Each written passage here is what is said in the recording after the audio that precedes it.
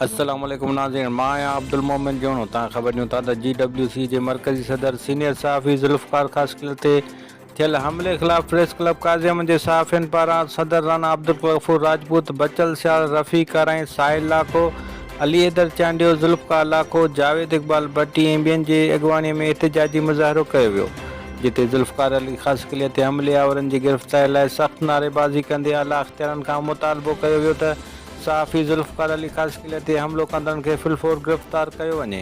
ॿी सूरत में सॼी सिंध में एहतिजाज जो दाइरो वधायो वेंदो।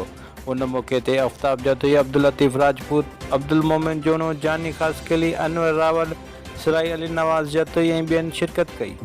सिंध टीवी के ब्यूरो चीफ ज़ुल्फ़कार खाशकली पर नामालूम मसला अफराद के हमले की सख्त अल्फाज में मजम्मत करते हैं। असां SSP शहीद बेनज़ीराबाद खां इहो मुतालबो था कयूं त फ़िलफ़ोर जेके हमले कंदड़ आहिनि ज़ुल्फ़कार ख़ासक़िली ते उन्हनि खे फौरी तौर गिरफ़्तार कयो वञे।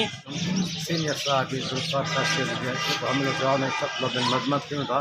मुतालबो था कयूं त ज़ुल्फ़कार ख़ासक़िली का इंसाफ़ कयो वञे। धमकियां देने वाले हैं उनको गिरफ्तार किया जाए।